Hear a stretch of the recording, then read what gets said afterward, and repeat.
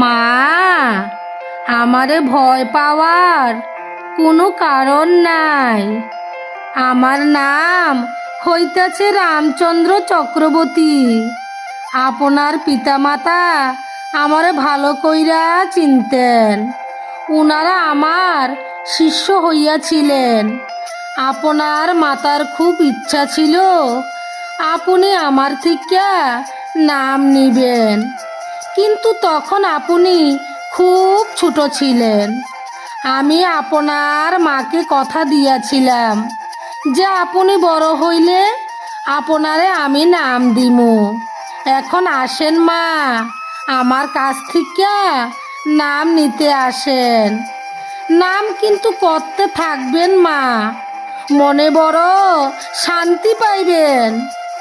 আমি এখন আসি গিয়া, আমারে অনেক দূর যাইতে হইব। জয় রাম, জয় গোবিন্দ।